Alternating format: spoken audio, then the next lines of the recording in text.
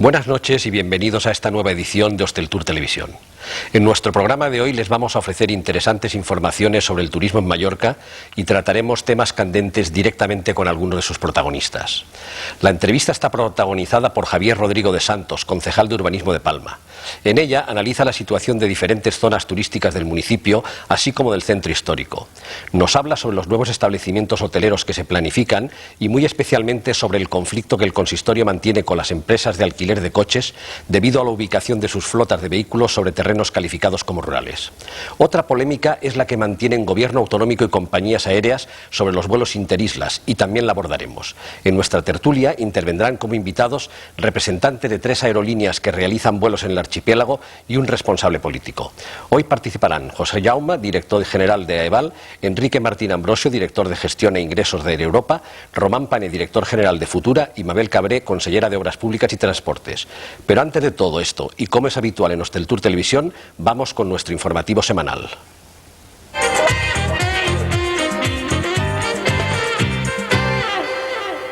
La compañía aérea Air Europa ha anunciado el aumento de sus conexiones de cara a la temporada estival.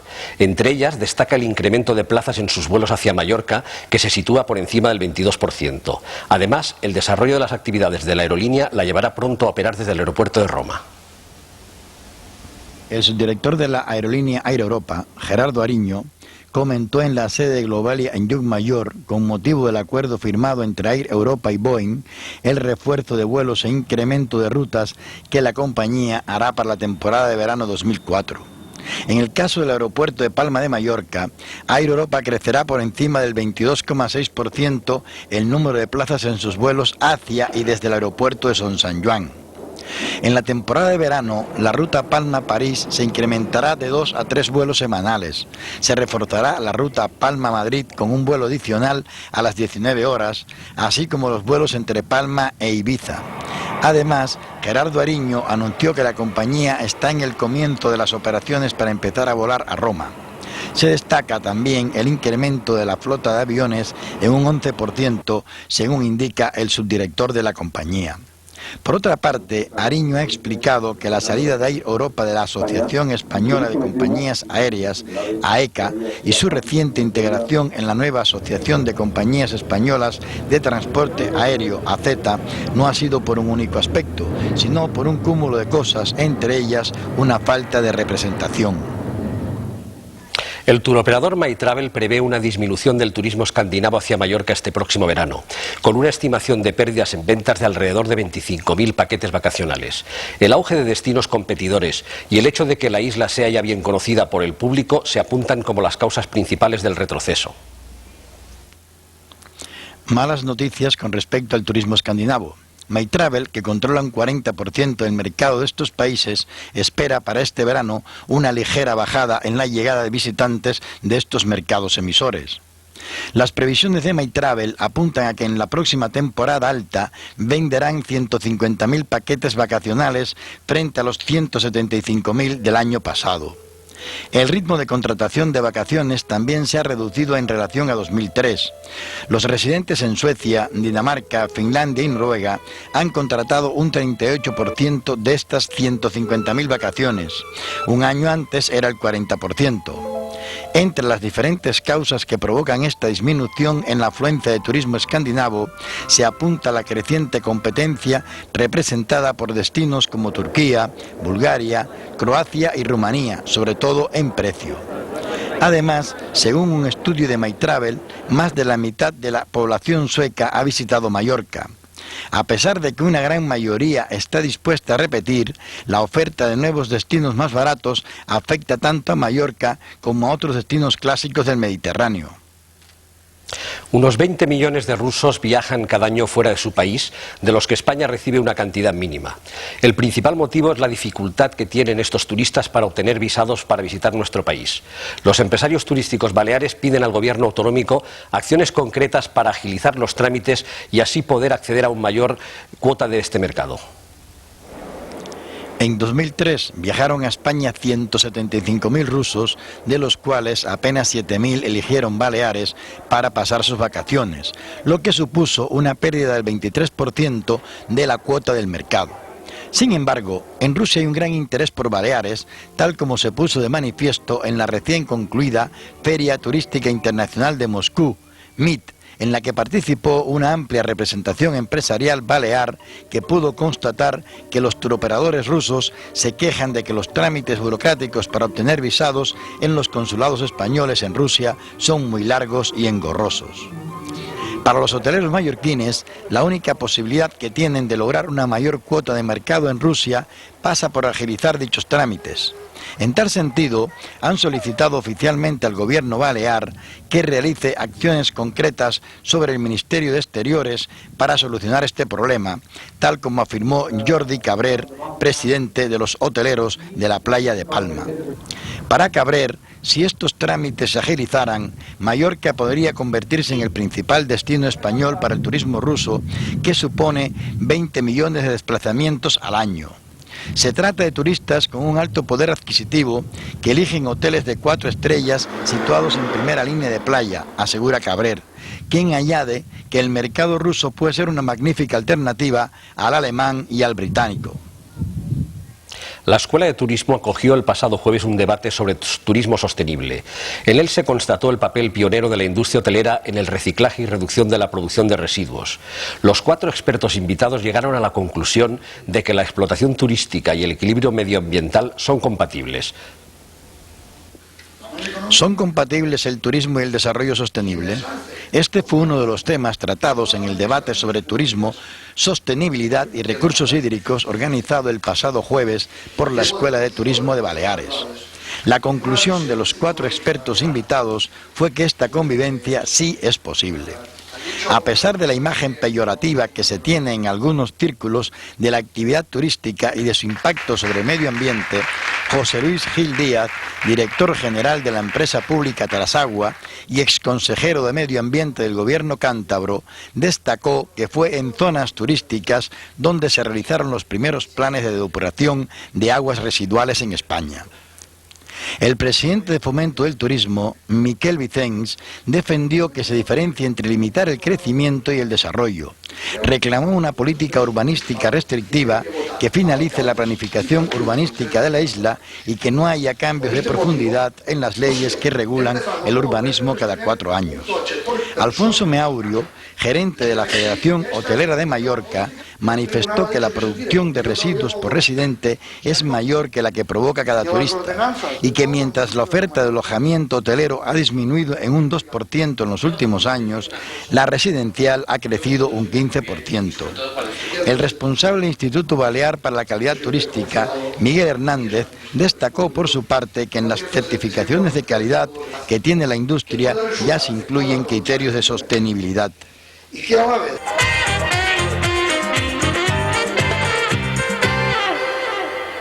Hoy les ofrecemos una entrevista con un interés especial para todos los habitantes de Palma y para quienes están vinculados de una forma u otra con el turismo en la ciudad.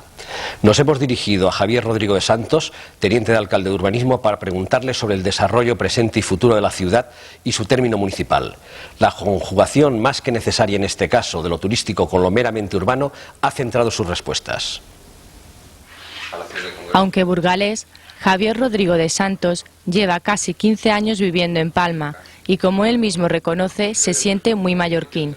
Es funcionario del Estado y ha prestado sus servicios durante años en la delegación del Gobierno en Baleares, que en la pasada legislatura estuvo dirigida por Catalina Cirer, la actual alcaldesa de Palma.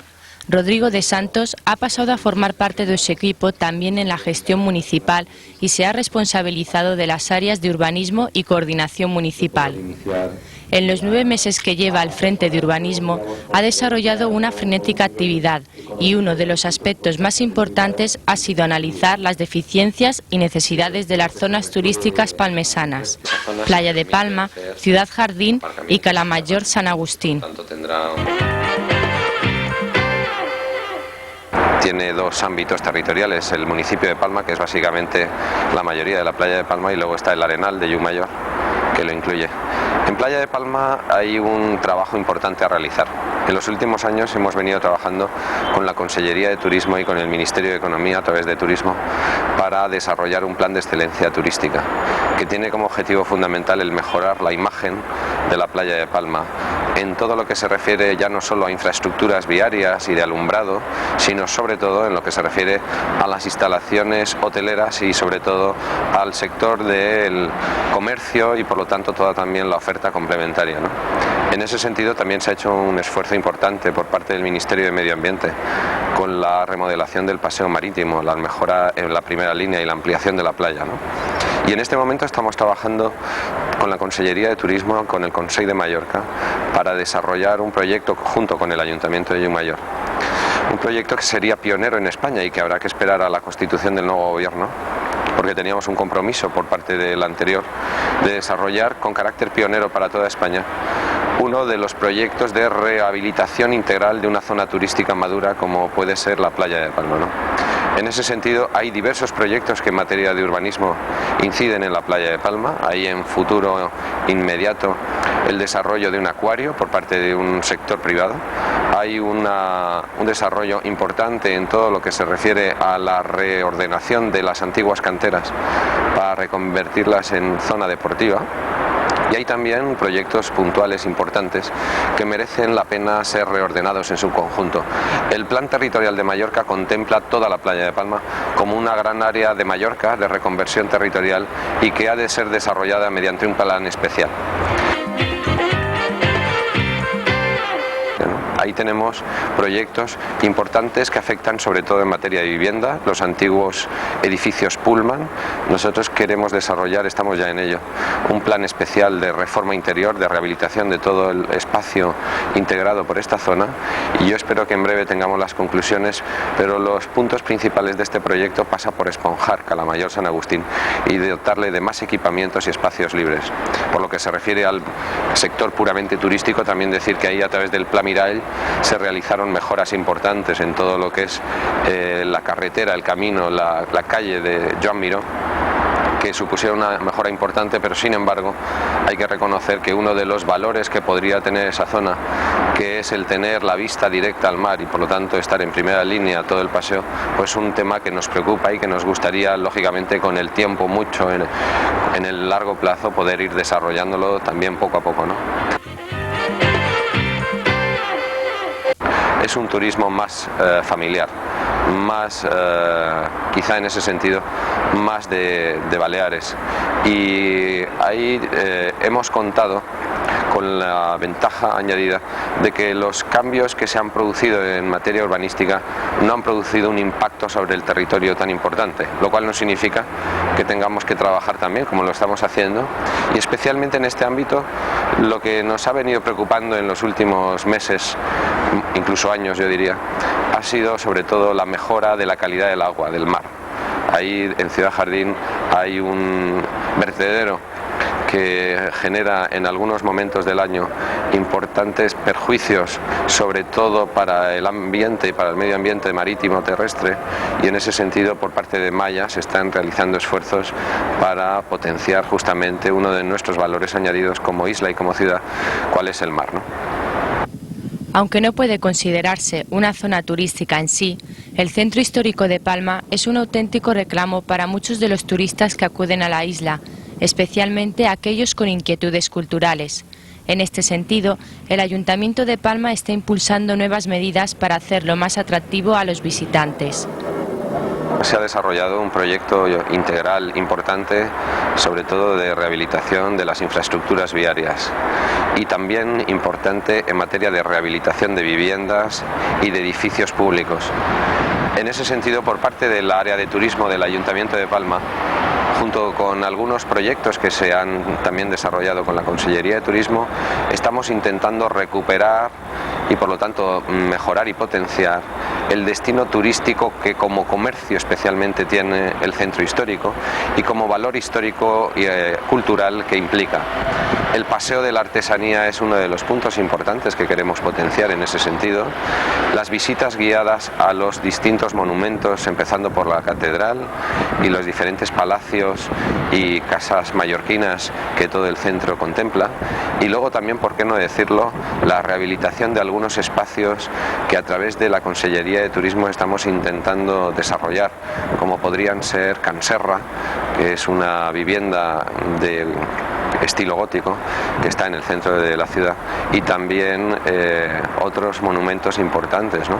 En ese sentido, el valor que puede tener el centro histórico tiene, yo diría, tres vertientes: una de recuperación del carácter histórico y cultural que tiene, otra de carácter económico importante, de potenciación del centro en el sentido del comercio y potenciación del carácter económico del mismo, y un tercer aspecto importante que es también de reintegración del carácter lúdico y por lo tanto también cívico del centro histórico en espacios como sayerrería y con equipamientos nuevos que pueden permitir una buena convivencia entre la ciudad, el día a día de la ciudad y los que viven en el centro, con el turista que lo visitan. Sin embargo, el proyecto más ambicioso de los que asume el municipio es la restauración de la llamada fachada marítima, es decir, toda la parte de la ciudad que da al mar. Se trata de un elemento de especial atracción turística y al mismo tiempo ciudadana. Las acciones que se acometan en los próximos años para su recuperación condicionarán todo el urbanismo de la capital balear. A mi espalda tengo justamente todo el frente marítimo, que empezando por la Cuesta del Gas hasta prácticamente lo que es la entrada de Palma en la intersección del paseo o la autopista de Levante junto con la vía de cintura, supondrá uno de los cambios importantes, más importantes yo diría, en la fisonomía urbana de nuestra ciudad. El ayuntamiento está trabajando muy firmemente en este proyecto porque sabemos que lo que nos jugamos es el futuro de la imagen de entrada de Palma para aquel visitante que viene desde el aeropuerto sobre todo y también desde el puerto, ¿no? Mire, en ese sentido estamos trabajando en recuperar esta fachada marítima para darle un carácter singular, un carácter importante. Infraestructuras tan importantes como el Palacio de Congresos, que ya de por sí solo tiene un atractivo turístico también y que pueden ser, por lo tanto, un fomento importante para la atracción del turismo de congresos y del turismo de empresas.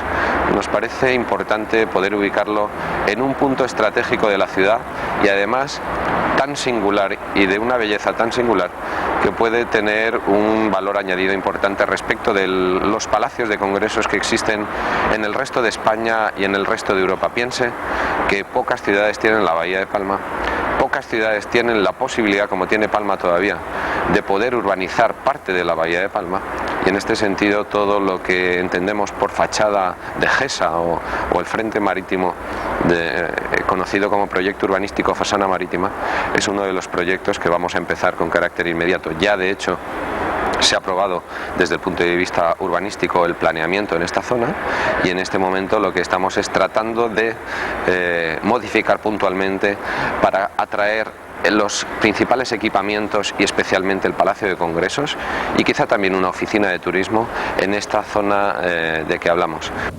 Parte de la fachada marítima de la ciudad es ocupada por el puerto de Palma, que también va a ser objeto de profundas reformas debido a importantes necesidades surgidas del desarrollo de la actividad náutica y de segmentos turísticos como los cruceros.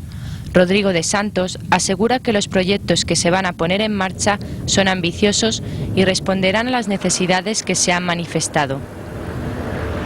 El proyecto de futuro de nuestra ciudad, el que puede cambiar especialmente el futuro de nuestra ciudad, es el puerto de Palma.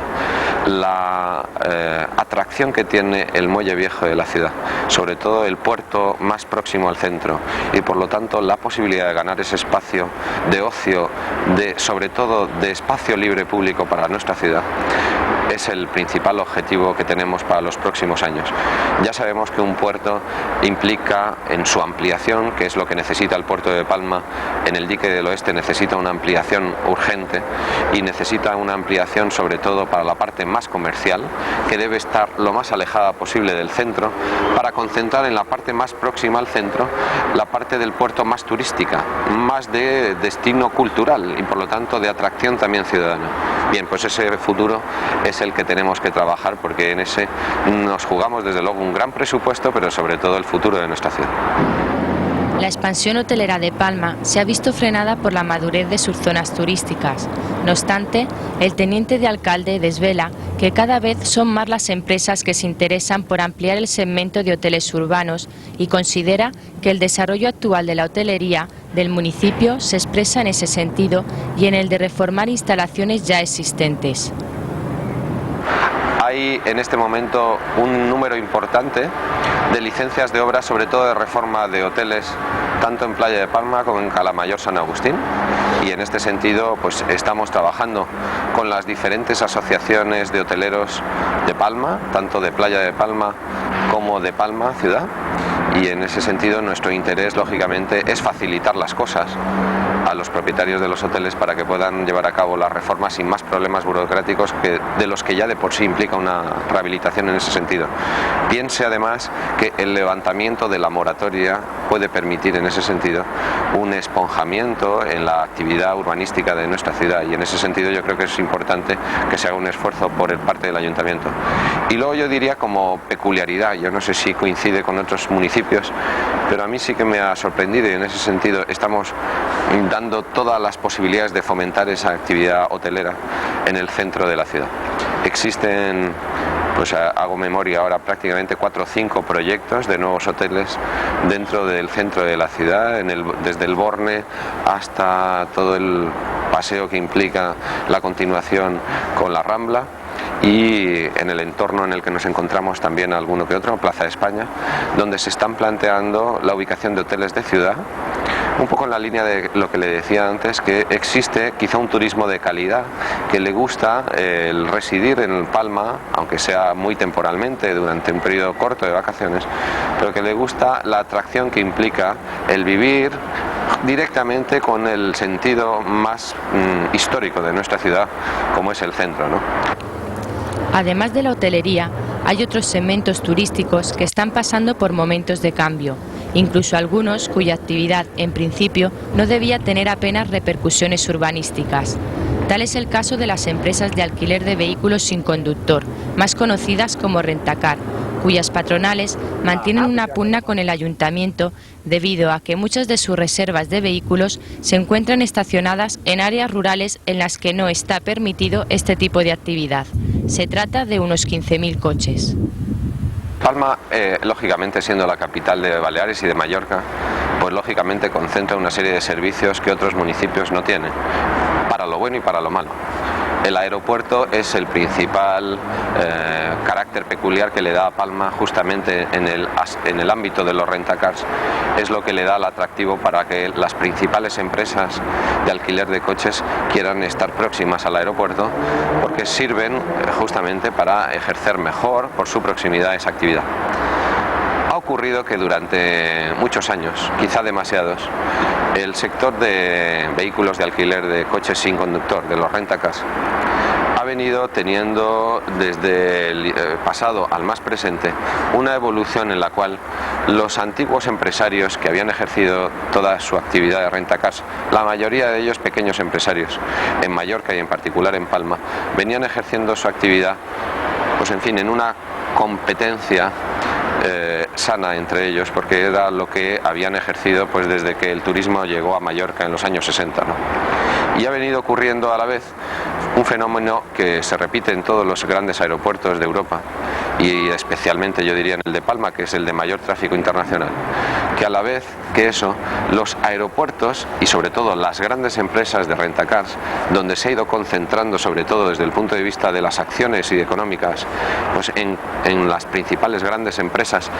de rentacars, que además van ligadas en la propiedad de las mismas a las grandes marcas de coches, las grandes marcas de los vehículos alemanes o franceses o incluso del norte de Europa, pues se ha venido produciendo una situación en la cual estas grandes empresas se han venido concentrando de manera irregular en algunos casos en las proximidades del aeropuerto. Esto es lo que ha provocado que se haya convertido lo que no era un problema urbanístico, sino un problema de competencia en el sector, ha acabado por ser también un problema urbanístico, porque muchas de estas empresas, en el caso de Palma tenemos abierta 39 expedientes, 39 campas, en suelo rústico, y en suelo rústico no está permitido la ubicación de coches de alquiler.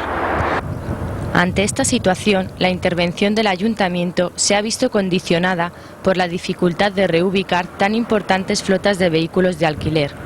El conflicto se encuentra estancado y se hace necesario encontrar una solución que devuelva la normalidad y que facilite que todas las empresas implicadas cumplan la legalidad. El teniente de alcalde de urbanismo se expresa en este sentido. Nos encontramos en el punto en el que hay básicamente dos asociaciones encontradas en cuanto a los intereses, una de ellas que se supone que concentra el mayor número de empresarios y que la mayoría de ellos son los pequeños empresarios, y otra asociación que integra a menos empresarios pero económicamente más potentes, o que son las grandes empresas. Mire, yo le diría que en los dos sectores hay de todo, es decir, hay incumplimientos urbanísticos en los dos ámbitos. Por parte del Ayuntamiento, en los últimos 8 o 9 meses hemos hecho un esfuerzo muy importante por regularizar en este sector. Se han abierto, ya le he dicho antes, casi una cuarentena de expedientes y hemos cerrado más de 20 campas en suelo rústico, y desde luego toda la disciplina urbanística en este sentido caerá con el peso que tiene que tener sobre aquellos que no han cumplido con la legalidad en el pasado y todavía no la cumplen, ¿no? Tras varias reuniones con las patronales, el consistorio no ha conseguido conciliar el conflicto y hallar una solución definitiva. Al no existir superficie industrial alguna en las cercanías del aeropuerto, a las compañías de rentacar no les queda otra opción que trasladar las infraestructuras típicas de su actividad a los polígonos industriales que rodean la ciudad, y el concejal Rodrigo de Santos es estricto en este aspecto. Habíamos llegado a prácticamente consensuar un número de coches de stock, por lo tanto aparcados, porque normalmente esta flota tiene que estar circulante. Más o menos el porcentaje o la relación que se dice dentro de este sector es que por cada 3 coches, 2 tienen que estar circulando y 1 parado de media al año, ¿no? Pensando que además Mallorca-Palma tiene una gran estacionalidad. Bien, y habíamos calculado que en esa relación el número máximo de vehículos que deberíamos de concretar, que pudiera tener de media al año espacio para poder aparcar en Mallorca, y pensando en Palma por la ubicación próxima al aeropuerto, podría ser del entorno de 5.000 vehículos, ¿no? Mire, a mí me parece que para ese número de vehículos, si somos capaces de ponernos de acuerdo en una ubicación, y si no hay capacidad de ponerse de acuerdo, bastaría con que cada uno de los dos sectores se ponga de acuerdo en su sector uno y en el otro sector el otro.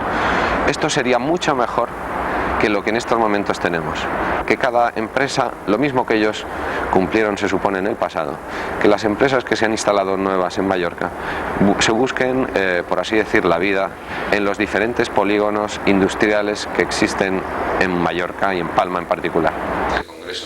Aún es pronto para saber cómo se resolverán estas y otras situaciones debidas al turismo, pero que afectan a todos los órdenes de la vida en Palma de Mallorca.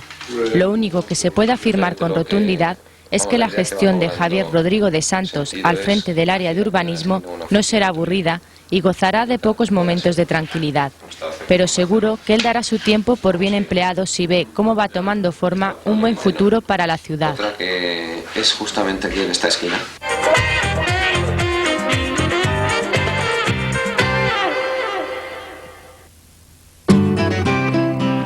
Porque somos parte de este paisaje, de esta tierra, y conocemos su manera de ser. Sabemos los ambientes que le van, con materias y colores de aquí, de siempre. Almacenes Femenías, estilo y tradición.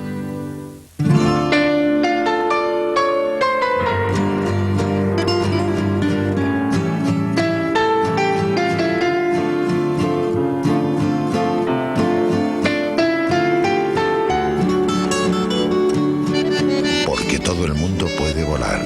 Air Europa.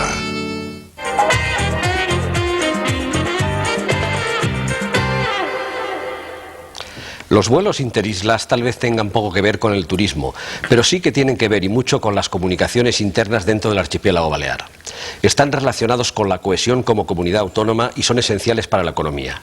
Por estos motivos se convirtió en un compromiso del Partido Popular declararlos un servicio público, pero la idea provocó polémicas y amenazas de supresión de conexiones por parte de algunas compañías. Se optó por limitar sus tarifas, pero entonces las agencias de viajes establecieron unas comisiones que han devuelto los precios prácticamente a los mismos niveles que ya conocía el consumidor final. Para hablar sobre el presente de los vuelos interislas y, más importante si cabe, sobre su futuro, contamos en nuestro plató con la presencia de la responsable autonómica de transportes, la consellera Mabel Cabré. Buenas noches, señora Cabré. Buenas noches, ¿qué tal? También tenemos a 3 responsables de compañías aéreas que vuelan entre las islas del archipiélago balear y la península y otros destinos. Están hoy con nosotros el señor José Jaume, director general de AEVAL. Buenas noches, señor Jaume. Buenas noches. También ha venido el señor Enrique Martín Ambrosio, director de ingresos de la compañía Air Europa. Buenas noches, señor Ambrosio. Martín Ambrosio, perdón. Buenas noches. Y finalmente tenemos al señor Román Pané, director general de Futura. Buenas noches, señor Buenas Pané. noches. Bueno, yo quería empezar esta tertulia, este debate, con una breve respuesta por parte de cada uno de ustedes sobre cuál es el estado de la cuestión para que nuestros televidentes puedan hacerse una idea de cómo está el tema de los vuelos interislas. Empezamos por la consellera, por favor. Bueno, nosotros cuando empezamos el nuevo gobierno, el mes de julio, realmente el tema del transporte aéreo interislas es un tema fundamental para los ciudadanos de todas las islas y especialmente para los menorquines, los ibicencos y los formenterens, como también lo es la conexión con la península, sobre todo de las islas menores, que en la temporada baja de invierno tienen una mala conexión con la península, cosa que más o menos en verano se resuelve. Y realmente el tema de la evolución de los precios en los vuelos interislas pues ha sido un tema polémico. Hemos de recordar que con la aprobación de la Ley de Régimen Especial de las Islas Baleares conseguimos equipararnos con las Islas Canarias en cuanto al descuento aéreo, que se subió a un 33%. En aquel momento se notó la bajada de tarifa aérea, tanto interislas como con la península, con el aumento del descuento. Pero los años, hay que recordar que aproximadamente en 4 o 5 años, desde el 98-99 hasta el 2003, que ya procedimos a la declaración de servicio público, los vuelos prácticamente, estoy hablando de los interislas, se duplicaron. Pues ¿por qué? Pues por muchas causas. El mercado de interislas no es un mercado rentable, no es un mercado fácil. Hay gente que le cuesta entender cómo puede ser que me sea más barato irme con ofertas que hacen las compañías por 29 euros, Alemania, no sé qué, que salen, y en los interislas no. Claro, son mercados totalmente diferentes y el mercado aéreo precisamente pues es una economía de escala claramente, y entonces nosotros desde el Gobierno desde el primer momento apostamos porque en los interislas hubiera lo que se llama una declaración de servicio público. ¿Qué significa esto?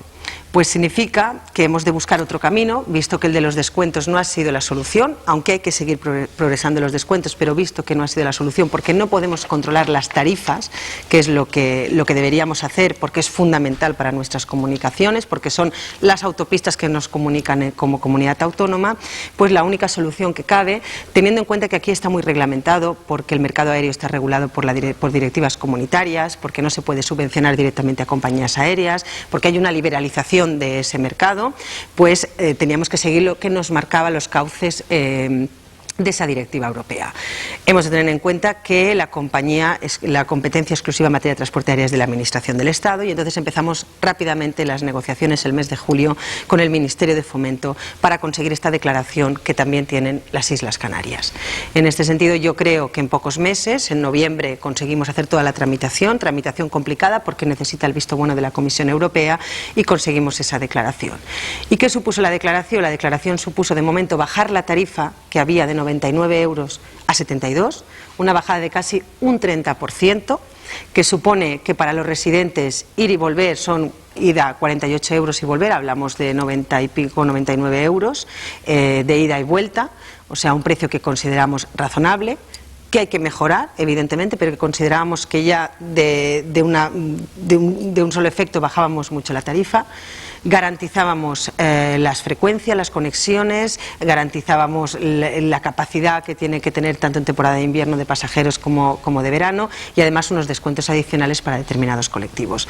Nosotros realmente creo que en poco tiempo la declaración de servicio público, con toda la polémica, porque el mercado aéreo es un mercado muy complicado y la gente es muy susceptible a estos temas, y es comprensible porque es que sobre todo pues para las islas menores es su forma de comunicarse, pues levantó polémicas, todo se ha de mejorar efectivamente, pero creemos que hicimos un paso muy importante en el reconocimiento de nuestra insularidad, porque obtener esta declaración por parte del Ministerio no era fácil.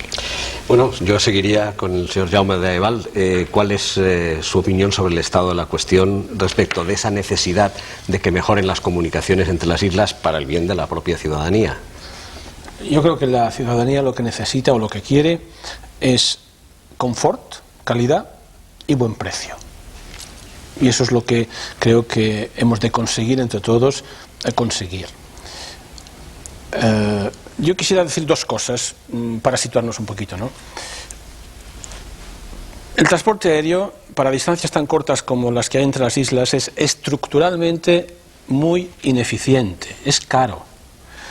Prueba de ello es que no hay ningún ejemplo continental en que a distancias parecidas haya transporte aéreo. Es mucho más rentable, mucho más eficiente el transporte por superficie, bien sea por carretera o por tren. Por ejemplo, Madrid-Valladolid, no hay vuelos Madrid-Valladolid. Bilbao-Santander, tampoco. Valencia-Alicante, tampoco. Y así muchísimos. Y sin embargo, entre Madrid y Valladolid probablemente haya más tráfico de personas que entre Palma e Ibiza o Palma y Menorca. Por lo tanto, eso es así, es un hecho. Hay un coste mínimo, que hay que tratar de que sea mínimo, pero hay un coste. Y el segundo aspecto que quería resaltar es que una cosa es el coste, en fin, lo que cuesta hacer esto por avión, porque no hay más remedio que hacerlo por avión. Decía la consellera que el servicio de transporte aéreo entre las islas equivale a las autopistas entre las islas, ¿no? Y lo decía, y estoy de acuerdo con ella. Entonces, para nosotros esto es un modo de transporte básico. Entonces, una cosa es el coste, que es uno, y otra cosa es lo que deba de pagar el ciudadano residente. Son dos cosas muy diferentes. Entonces, la diferencia que hay entre este coste y lo que deba de pagar razonablemente el ciudadano es algo que la política, los políticos, deben de conseguir. Por ejemplo, el AVE. El AVE es un modo de transporte, un medio en este caso, el modo es el ferrocarril. Entonces el AVE es mucho más barato que el transporte por avión entre las islas. El AVE, Madrid-Ciudad Real, son entre 17 y 20 euros. Pero no es que cueste eso. Lo que ocurre es que en el billete del AVE no se imputa ni el coste de las infraestructuras, tanto ferroviarias, es decir, el raíl, sí, ni tampoco las estaciones del tren, y tampoco se imputa el coste de capital ni de la locomotora ni de los vagones. Luego, por ahí es donde hemos de encontrar soluciones. Sí, que una parte sería la infraestructura necesaria y la otra parte sería la explotación propiamente. Exacto, ¿no? El AVE lo único que se imputa al billete son los costes operativos. Sin embargo, en el transporte aéreo no es así. El transporte aéreo, el operador paga las tasas AENA, las tasas de navegación y, por supuesto, los costes de capital del avión.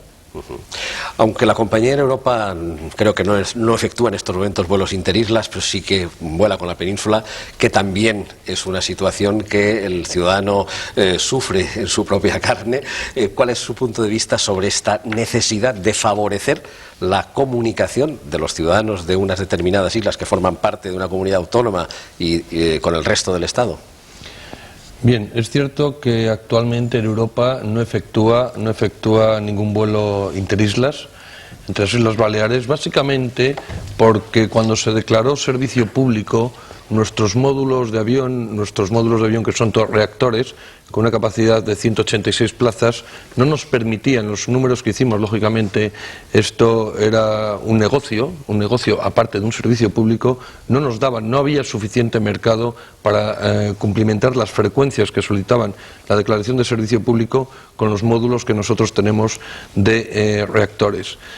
Entonces nosotros, lógicamente, muy interesados en el mercado y en las posibilidades y las necesidades que tienen tanto en Menorca como en Ibiza, lo que sí hemos incrementado y seguiremos incrementando espectacularmente para este verano son las conexiones con la península, que creo que también es un punto muy importante, que de alguna manera dentro de la solidaridad que hablábamos antes de comunidad, también creo que es muy importante que haya vuelos y suficientemente número de vuelos y suficientemente número de plazas, pues Mahón-Barcelona o Ibiza-Barcelona o Bilbao-Ibiza, que comenzaremos ahora, o Bilbao-Mahón, que también comenzaremos ahora de cara al verano. Y entonces nosotros no es que desechemos el hacer transporte interinsular. En su día se hizo cuando teníamos unos módulos pequeños de reactores, pero consideramos que el producto que nosotros tenemos de exclusivamente reactores y unas capacidades grandes, 186 plazas, son lo que más apropiados para el transporte no interpeninsular, con la península. Estoy de acuerdo con el señor Jaume que lógicamente aquí los costes que se soportan tanto infraestructuras como de amortización de aviones y leasing y carburante, pues lógicamente no son comparables a los que a lo mejor pueden tener otro medio de transporte, y lógicamente pues el precio final que paga el pasajero, nosotros preferimos seguir en el mundo de la oferta y la demanda, el mundo de si podemos sacar 23 euros en vez de 10 o 14 o 20 o los que tengamos que sacar, para de alguna manera facilitar a los ciudadanos de estas islas, lógicamente aparte de Mallorca, las mejores condiciones y conexiones con la península. Señor Pané, aunque su compañía también sería una compañía con unas singularidades, ¿cuál es su punto de vista sobre estos servicios públicos, tanto interislas como con otros destinos, sobre todo del resto del Estado? Efectivamente, nuestra compañía futura es una compañía con singularidades no demasiado bien adaptadas al tipo de tráfico del que estamos hablando. Nosotros tenemos, como decía antes Pep y como decía Enrique, tenemos unos aviones que realmente, por el módulo, no es el ideal en este tipo de tráfico. Con lo cual, a nosotros el tema de declaración de servicio público realmente nos ha empujado, por casualidad, a competir en ese mercado. ¿Por qué? Nosotros nos dimos cuenta que en el momento que se declara servicio público, no sé si por casualidad o por qué, pero el tema de Interislas pasa a ser de un solo jugador. Hay una sola compañía realmente que se queda con todo el tráfico. Una situación muy similar a la que tenemos en Canarias. Nosotros en Canarias lo que nos dimos cuenta es decir, bueno, esta gente realmente se han montado una especie de monopolio, si quieres decirlo, pero no vamos a competir con ellos. Nosotros entendemos que es imposible que nadie compita con esta gente. Es un problema diferente al de Baleares, pero que lógicamente se puede establecer cierto paralelismo. Allí fuimos a ver a este jugador en Canarias y le dijimos, oye, nosotros tenemos aviones de módulo grande, no nos sirve, ni competiremos nunca con vosotros, pero no tenéis puntos vosotros, no tenéis algún tipo de días u horas donde sí podíais utilizar nuestros aviones. Vamos a probar. Hemos probado y ha sido una experiencia fantástica. Con lo cual nosotros hicimos lo mismo en Baleares. Nos acercamos también al jugador actual de LED y dijimos, oye, ¿cómo lo ves esto? Nosotros dejamos los aviones y tal. Bueno, a ellos no les pareció tan bien como les pareció a la gente de Canarias. Nosotros, como hemos tenido una experiencia muy positiva en Canarias, dijimos, oiga, si el jugador no quiere jugar, nosotros lo que sí podemos es probar. El día 24 de mayo vamos a empezar ofreciendo reactores de módulo 170 o 186. Vamos a entrar con el precio máximo y a ver qué pasa. De momento vamos a volar 2 frecuencias a la semana, en días que entendemos clave, porque entendemos también por nuestra experiencia en Canarias que son clave, el lunes y el viernes, dependiendo de la respuesta de los pasajeros, incrementaremos hasta donde haga falta. Y si luego en vez de ir de una isla a otra debemos saltar de una isla a otra e irnos a Europa o irnos a la península, pues también lo haremos. Será un poquito... Hombre, tocaremos la fibra sensible. Les diremos, oiga, compañía mallorquina, no nos conoce nadie, pero somos grandes. Lo que pasa es que siempre hemos estado dedicados al tema charter. Pero tenemos experiencia, llevamos 15 años, movemos 2 millones de pasajeros. Podemos dar servicio al lugar geográfico que es nuestra cuna, donde nosotros estamos. Nosotros estamos en 4 continentes, pero vivimos aquí. O sea, de nuestros 700 trabajadores, 400 son de Baleares. ¿Podemos con eso tocar la fibra sensible de los baleáricos? El consumidor. Eso es lo que veremos en breve. Muy bien. Tenemos que decir a nuestros espectadores que también había sido invitado a esta mesa de debate la compañía Air Nostrum y que la compañía Air Nostrum declinó a participar en la tertulia. Yo quisiera, ya sentada esta primer punto de vista, sacar el tema. Evidentemente estamos en una economía liberal, estamos en un mercado en el que hay competencia. Parece ser que hay muchos condicionantes, como han dicho nuestros invitados, de tipo las propias características de la flota, de distancias cortas, de consumo de queroseno, que hacen que sea poco atractivo para las compañías aéreas. ¿Habría tal vez alguna posibilidad de buscar alguna trampa, entre comillas, y dicho en el buen sentido de la palabra, a las leyes para que las compañías pudieran, al margen de esas deducciones a los residentes, obtener otro tipo de ingresos atípicos, por ejemplo? Bueno, yo ya creo que todos coincidimos en que el mercado interinsular es un mercado complicado, imprescindible para los ciudadanos de las Islas Baleares, pero complicado y poco rentable. Por lo tanto, yo lo primero que quiero decir es que el gobierno nacional con el gobierno autonómico, pues dijimos, no es tal vez el talante como Partido Popular el tener que intervenir en un mercado, pero hemos cogido la única herramienta que había, que era la posibilidad de declarar el servicio público, para intervenir y decir, está en nuestras manos la tarifa máxima. Y sabe mal tener que controlar, porque nosotros creemos que la libre competencia es lo que mejor marca el mercado siempre en la mayoría de cuestiones. Y en este tema pues hubo que haber esta intervención para decir queremos como mínimo tantas frecuencias con tantos pasajeros, y si esto no se cumple habrá que hacer un concurso y un monopolio.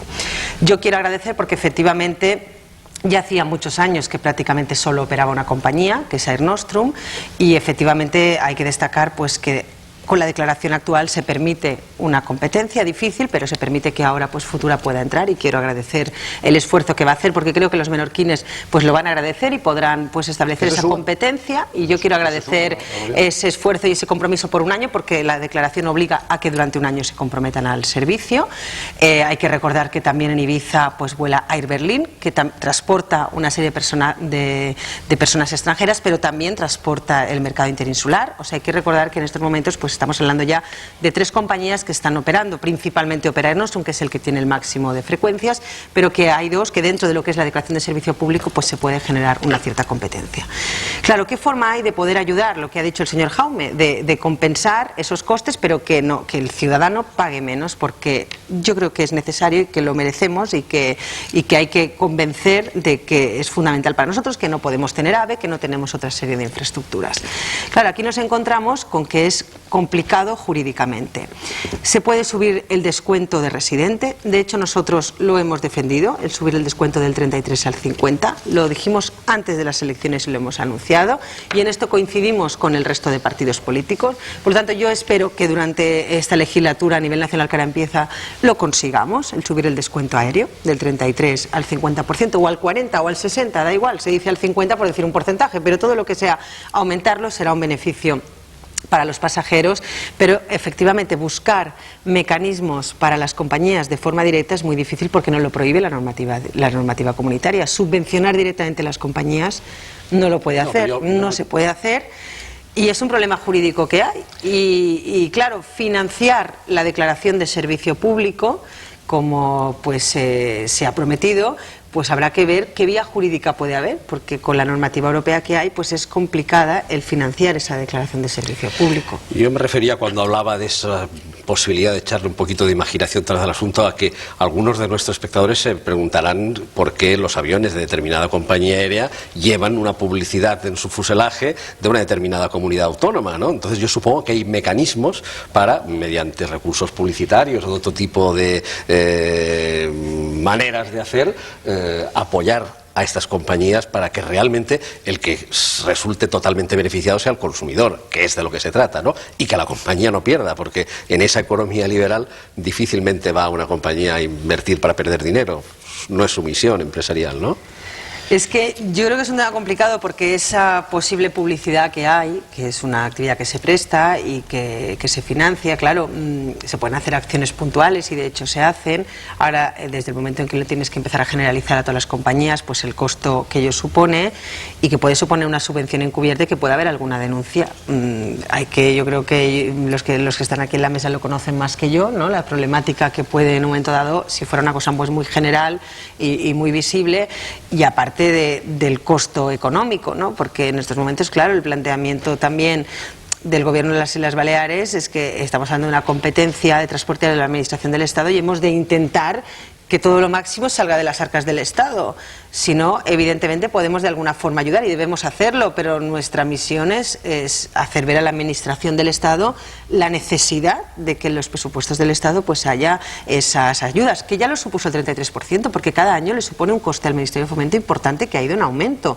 tanto en Baleares como en Canarias, y la gente no es consciente de ese descuento porque han subido los precios aéreos y dicen, pero si es carísimo determinadas cosas está muy bien el precio, pero determinados trayectos pues es caro. El Menorca-Madrid es caro y claro, no notan que hay un 33% detrás del Estado. Si no lo hubiera, imagínese usted.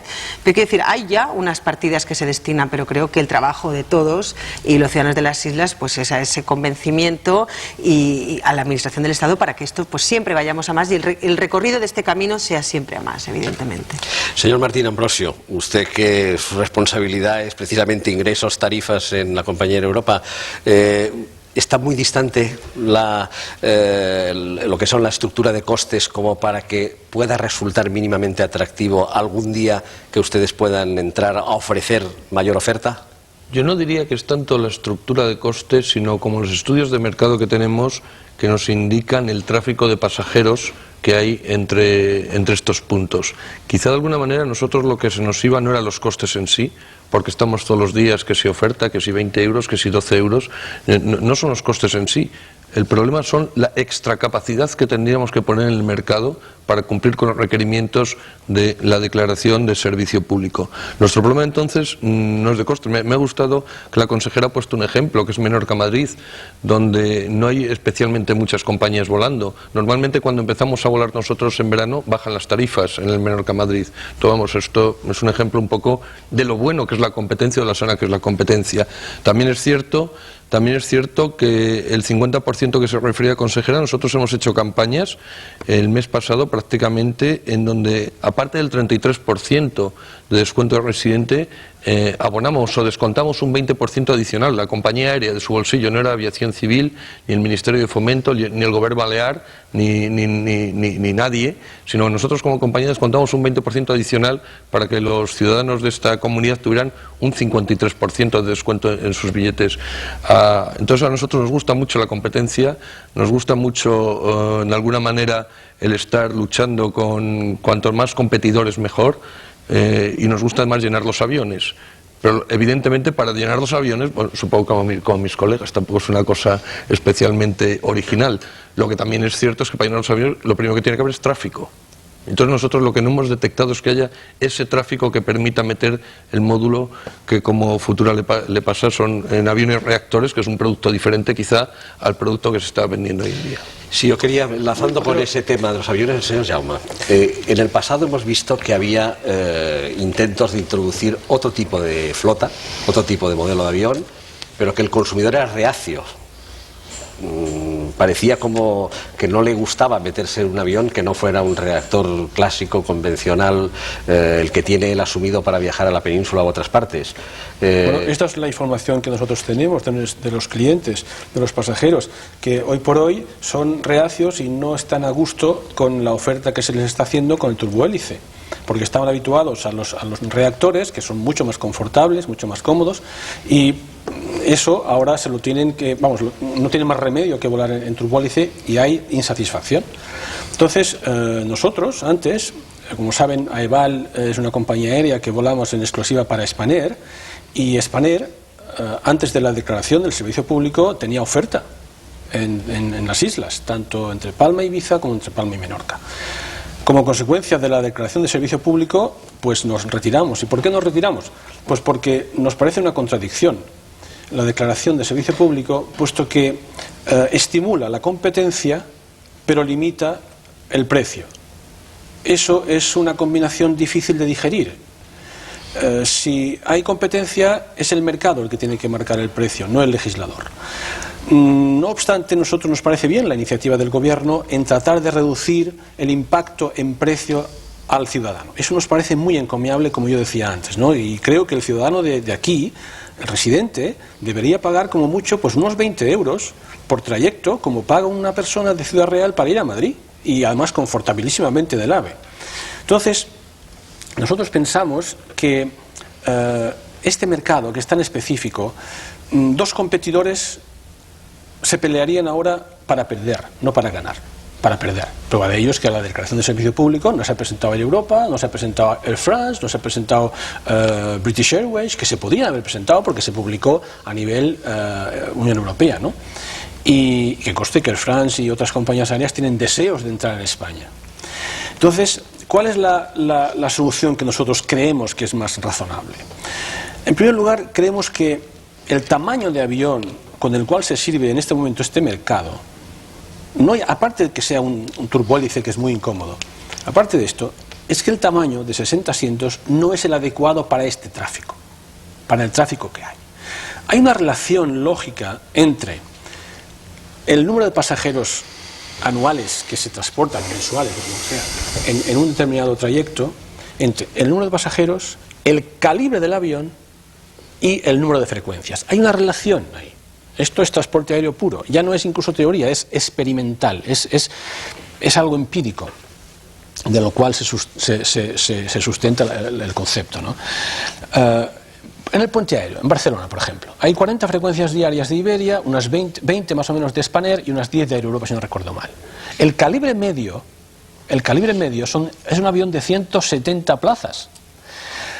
Se podría duplicar el número de frecuencias bajando el calibre, pero claro, habría una gran ineficiencia del sistema, implicaría aumentar el número de pistas en los aeropuertos, muchos más slots navegando por el aire, es una ineficiencia del sistema. Entonces, aplicando esta misma relación a nuestro caso, salen, lo óptimo, a nuestro juicio, es un avión de 110, 120 plazas, que generaría o que permitiría unas 5 o 6 frecuencias al día, que es mucho, que ya entra dentro de la fase óptima de calidad. Más allá de 6 frecuencias es ineficiencia pura, pero tiene otra gran ventaja, aparte de reducir el impacto ambiental. Permítame un pequeño paréntesis. Supongamos que el tráfico interislas creciera muchísimo. Con aviones de 60 asientos como hay ahora, habría que duplicar las frecuencias y en el límite nos encontraríamos con infinitas frecuencias. Esto es absurdo. Entonces, digo, hay otra parte fundamental que es el coste. 2 aviones de 50 asientos son más caros de operar que un avión de 100 asientos. Pongo un ejemplo muy sencillito. Si para cubrir gastos los 2 aviones de 50 asientos necesitan 35 pasajeros, la suma de los dos son 70. El avión de 100 asientos necesita solamente unos 50 para cubrir gastos. ¿Qué significa esto? Que los 20 restantes, el avión de 100 asientos puede poner tarifas súper bajas, súper reducidas, que además de estimular la demanda, favorecen al ciudadano. Por lo tanto, creo yo que lo más lógico es que aquí la combinación de calidad y capacidad implicaría un avión del orden de 120 plazas, porque no nos olvidemos, las frecuencias no han estimulado la demanda. Todo lo contrario, el tráfico entre islas puro ha disminuido en estos últimos años y ha aumentado muchísimo el del barco. Muchísimo el del barco. Entonces, eso implica que más allá de 6 frecuencias no son necesarias y sin embargo, de esa otra forma proporcionamos al ciudadano muchas más posibilidades de ampliar la gama de tarifas desde 70 euros hasta 8 euros, por ejemplo. Yo quería puntualizar un tema para que a los oyentes les quede claro. La declaración de servicio público no puede diferenciar entre turbohélice o reactor, porque si no atentaríamos contra la libre competencia. La declaración de servicio público dice, como mínimo 5 frecuencias al día y han de transportar tantos pasajeros. Por lo tanto, pueden entrar turbohélices y pueden entrar reactores. Si entran turbohélices con pocos pasajeros tienen que poner muchas frecuencias, si entran reactores tienen que poner como mínimo 5. Por eso decía el representante de Europa que no era rentable con 180 porque 5 no era rentable. Prácticamente. Claro, el turbohélice, que ahora hay muchos turbohélices, que significa 10 frecuencias diarias porque son aviones pequeños. Con reactores tendríamos 5, pero esto se puede producir en el mercado. Puede entrar mañana Spanair con 5, con eso. O sea, no es que esté prohibido, que parece que es que esté prohibido. Puede entrar cualquier compañía con 5 reactores, o si son turbohélices necesitarán poner frecuencias. Lo que pasa es que es verdad que el turbohélice tiene mucho menos confort que un reactor, pero también es verdad que proporciona muchas frecuencias. Y aquí hay personas o ciudadanos que prefieren muchas frecuencias y hay otros que prefieren menos, pero en reactor. Y yo creo que es un problema difícil porque va a los gustos también, porque hemos de recordar que hay 10 frecuencias para ir y para volver con cada una de las islas. en cuanto a frecuencias está muy bien servido. En confort tal vez no, es cierto, pero como abierto está abierto que cualquier compañía pueda poner reactores garantizando 5 frecuencias al día, que es lo que exige la declaración. Un pequeño inciso en el tema de frecuencias, pero aquí también hay un poco de espejismo en lo de las frecuencias. Las frecuencias, más allá de un cierto umbral, ya no añaden calidad. Por otra parte, perjudican la calidad. Por ejemplo, a las 8 de la mañana, hay demanda de 120 pasajeros. Eso no lo puede hacer el turbohélice. Y un señor que quiera ir a las 8 de la mañana no tiene más remedio que irse en el de las 10. Eso es una desventaja respecto a frecuencias. Es decir, a mí lo que me parece es que el mercado demanda más capacidad que frecuencias por encima de unas frecuencias mínimas. Lamentablemente nuestro tiempo se agota en un debate tan interesante como estamos teniendo, en el que, como hemos dicho también al empezar la tertulia, estaba invitada la compañía Nostrum y declinó participar en él. Yo creo que en otro programa posiblemente podremos seguir debatiendo sobre este tema y sobre un aspecto incluso adicional, que sería ya no solamente el descuento a los residentes, sino el descuento a los naturales de las islas que viven fuera y que vienen periódicamente a ver a sus familias o a pasar sus vacaciones a su tierra de origen. Yo quisiera agradecerles a todos ustedes su intervención y a nuestros espectadores decirles que hasta aquí la edición de hoy de Hosteltour Televisión. Esperamos que les haya resultado de interés y que hayan sacado algunas conclusiones sobre esta situación de las conexiones aéreas entre las islas y la península. Les esperamos en la próxima semana y les recordamos que Hosteltour Televisión estará de nuevo puntualmente aquí para informarles sobre lo realmente interesante en la actualidad turística de Baleares. Hasta aquí nuestra emisión de hoy, que como todos los miércoles a las 11 menos 20 de la noche podrán ver en Canal 4 de Mallorca. Buenas noches.